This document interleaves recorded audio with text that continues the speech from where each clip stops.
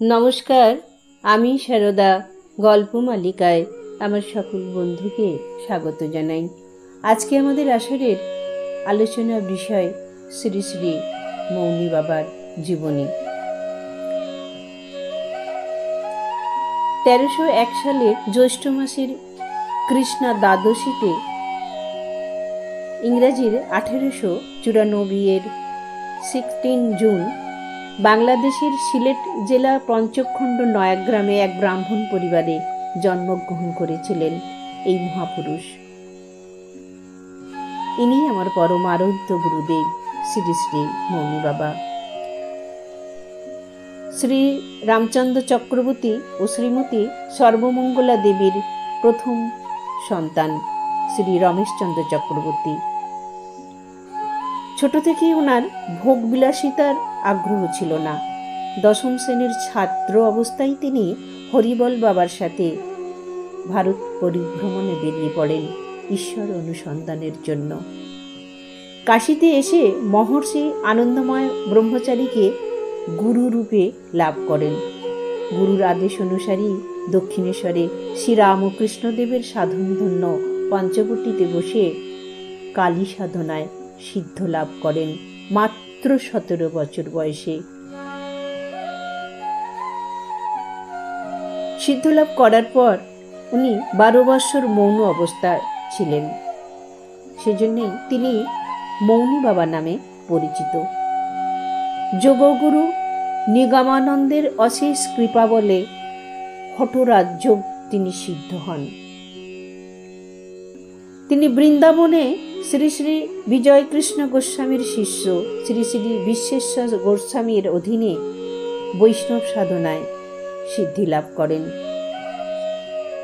ওনার প্রধান বাণী ছিল অহং মুক্ত হও, প্রাণায়ামের মাধ্যমে আত্মশুদ্ধিকরণ করো। আর দুর্বল অসহায় দুস্থ মানুষদের আর্থিক ও সামাজিক উন্নতির উপর উনি জোর দিতেন এবং নারী শিক্ষার জাগরণের উপরে বিশেষ জোর দিতেন। তিনি তার ভক্তদের সামাজিক প্রচলিত পূজা পাঠ থেকে বিরত থাকতে বলেছিলেন, যে তোরা সংসারী মানুষ, তোদের অত সময় কোথায়? সাধারণ সামাজিক আচার নিয়ম কারণ অত মানার দরকার নেই। ভক্তি ভরে গুরুদেবকে সারাদিন আনতে একটু চা মুড়ি আহুতি দিবি, তাহলেই হবে। দেখুন ভক্তদের কাজকে উনি কত ছোট করে দিচ্ছেন। সংসারী মানুষ, তাদের বিশাল কাজের চাপ, সেই জায়গা থেকে ভক্তদের সময় বের করে দিচ্ছেন যে অত পুজো পাঠের প্রয়োজন নেই। মনের ভিতর ভক্তি শ্রদ্ধা রেখে গুরুদেবকে একটু আহুতি দিলেই চলবে। কত উচ্চ মার্গের চিন্তা ভাবনা। তিনি এমনই একজন উচ্চ মার্গের সাধক ছিলেন, তিনি তার প্রচার চাননি। প্রচার বিমুখ ছিলেন বলেই সমস্ত কিছু সামাজিক নিয়মের ঊর্ধ্বে উঠে কাজ করেছেন। যেমন আমার ওনার ওই দীক্ষা দেওয়ার ব্যাপারটা অন্তর ছুঁয়ে যায়। দীক্ষা দেওয়া বা নেওয়ার জন্য একটা গুরুগত প্রথা বা সামাজিক নিয়ম কারণ থেকেই থাকে। উনি বলতেন ওইসব সামাজিক নিয়মের কোনো প্রয়োজন নেই। পতিত পাবন গঙ্গার স্পর্শে যেমন জন্ম জন্মান্তরের পাপক্ষয় হয়, তেমনি সদ্গুরুর স্পর্শে শিষ্যের অন্তর ও বাহির শুদ্ধকরণ হয়। তাহলে কেন এত আচার বিচার অনুষ্ঠানের প্রয়োজন? কত উচ্চ মার্গের চিন্তা, এগুলো ব্যাখ্যা করে বলার ক্ষমতা আমার নেই। সত্যি তো, সদ্গুরু স্পর্শে যেখানে সব শুদ্ধিকরণ হয়, সেখানে এত আচার অনুষ্ঠান কেন? এমনকি দীক্ষা দেওয়ার জন্য গুরু দক্ষিণা একটা লাগে, সেটাও তিনি নিতেন না। যদিও কোনো সময় নিতেন, সেটা সাথে সাথে দান করে দিতেন। ওনার অনেক অলৌকিক কৃপার কথা আমরা জানি। তার মধ্যে ছোট দুটো একটা ঘটনা না বলে পারছি না, ছোট্ট করে তুলে ধরছি একটা ঘটনা। আমি যতদূর জানি সেটুকুই বলছি। উনি একসময় পাতিপুকুরে আছেন আর এক ভক্ত গুরু দর্শনে গেছেন। ফিরে আসছেন যখন বাড়ি, গুরুদেব বলছেন যে আজকে তোর বাড়ি যাওয়া হবে না, তুই আজ থেকে যা। ভক্ত বলছেন যে আমরা গ্রামের চাষিবাসী মানুষ, আমাদের প্রচুর কাজ আছে বাবা ঠাকুর, কাজ আমার কাল প্রচুর কাজ আছে, আজকে তো আমার থাকলে চলবে না। গুরুদেব বারবার বলছেন, ভক্ত কিছুতেই কথা শুনতে চাইছেন না। তখন নিরুপায় হয়ে উনি বলছেন যে যাবি তাহলে যা, কিন্তু এই খড়ম দুটো নিয়ে যা। ওনার পাদুকা খুলে দিয়েছেন ভক্তকে। ভক্ত মহানন্দে বাড়ি ফিরছেন, গুরুদেবের পাদুকা পেয়েছেন। যখন মাঝ মাঠে উনি পৌঁছেছেন, প্রচণ্ড বেগে বর্জ্য বিদ্যুৎ সহ বৃষ্টি, আর সেই বজ্রপাত হচ্ছে কোথায়? ভক্তের মাথায়। আর ভক্ত তখন গুরুদেবের পাদুকা মাথায় ধরে আছেন। ওই বজ্রপাতে ওনার কিচ্ছু হচ্ছে না, উনি সুস্থ সবল শরীরে বাড়ি ফিরলেন। ভক্ত পরে বুঝলেন যে গুরুদেব কেন বাড়ি ফিরতে নিষেধ করছিলেন আর কেনই বা পাদুকাগুলো দিলেন। আজকের প্রেক্ষাপটে বসে আমরা ওনার কাজের ব্যাখ্যা যদি খুঁজতে যাই, সে ব্যাখ্যা মেলা ভার।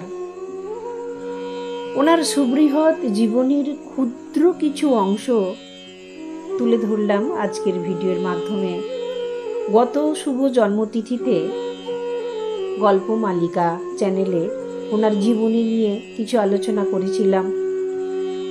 ডেসক্রিপশন বক্সে লিংক দেওয়া থাকবে, কোনো ভক্ত যদি শুনতে চান তাহলে শুনে নিতে পারবেন। আবার 1395 সালের বুধবার ফাল্গুনী শুক্লা প্রতিপদে 95 বছর বয়সে মহাসমাধিতে স্বেচ্ছায় যোগ বলে নিত্য লীলায় ব্রহ্মপদে প্রবেশ করেন। তিনি স্থূলদেহ ত্যাগ করেছেন ঠিকই, তিনি বলতেন সূক্ষ্ম দেহে আমি ভক্তদের সাথে সবসময় থাকবো। সত্যি তিনি আছেন।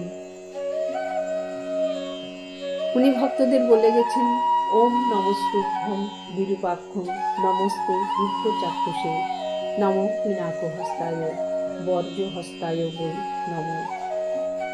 ভক্তদের থেকে এই মন্ত্রে উনি প্রণাম নেবেন। এই মন্ত্র দিয়ে ওনাকে আমার শতকোটি বিনম্র শ্রদ্ধা জানালাম। শ্রদ্ধা জানাই আমার পূজ্যপাদ্য গুরু আচার্য শ্রী ত্রেতকুরঞ্জন ভট্টাচার্যকে, আমার সকল গুরু ভাই ও ভগিনীদের আমার আন্তরিক শ্রদ্ধা ও ভালোবাসা জানিয়ে আজকের আমার ভিডিও শেষ করব গুরু আচার্যের লেখা ও সুরে একটি গানের মাধ্যমে। আমার এই ভিডিওর মধ্যে যদি কোথাও ভুল ভ্রান্তি থাকে আমি ক্ষমা প্রার্থী। আবার অন্য কোনো এক ভিডিওর মাধ্যমে আমাদের সাক্ষাৎ হবে।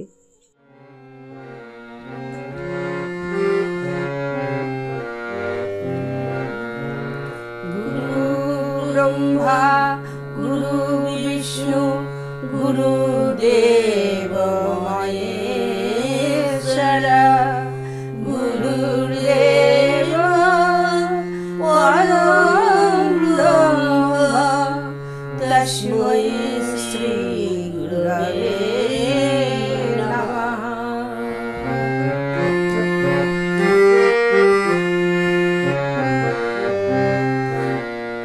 জপ মন জয় গুরু সদ্গুরুর নাম, জপ মন জয় গুরু সদ্গুরুর নাম, জয় গুরুর নাম তারক ব্রহ্ম নাম, জয় গুরুর নাম তারক ব্রহ্ম নাম, জয় গুরু নামে প্রাণ রাম,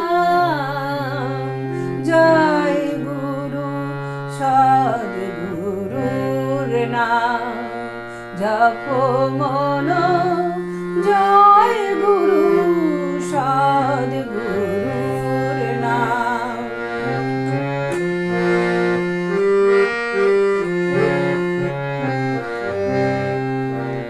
জীবন মুক্তি হেতু গুরু ধর্ম সেতু, জীবন মুক্তি হেতু গুরু ধর্ম সেতু, জীবন মুক্তি হেতু গুরু ধর্ম সেতু। ব্রহ্মা বিষ্ণু শিব কৃষ্ণ রাম, ব্রহ্মা বিষ্ণু শিব কৃষ্ণ রাম। গুরু কামদেব গুরুদেব দেব, গুরু কামদেব গুরুদেব দেব। পরতত্ত্ব গুরু রসধাম, জয় গুরু সদ্গুরুর নাম। জপ মন জয় গুরু সদ্গুরুর নাম।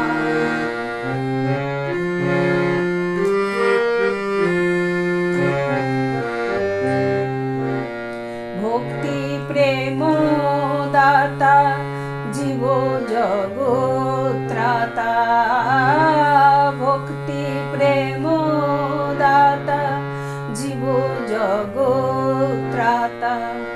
গুরু বন্ধু পরম নিষ্কাম, গুরু বন্ধু পরম নিষ্কাম। ভক্তের দেবাস চৈতন্য প্রকাশ, ভক্তের দেবাস চৈতন্য প্রকাশ। অজপা জপে অবিরাম, জয় গুরু সদ্গুরুর নাম। জপ মন জয় গুরু সদ্গুরুর নাম। জয় গুরুর নাম তারক ব্রহ্ম নাম, জয় গুরুর নাম তারক ব্রহ্ম নাম। জয় গুরু নামে প্রাণারাম, জয় গুরু সদ্গুরুর নাম। জপ মন জয় গুরু, জপ মন জয় গুরু, জপ মন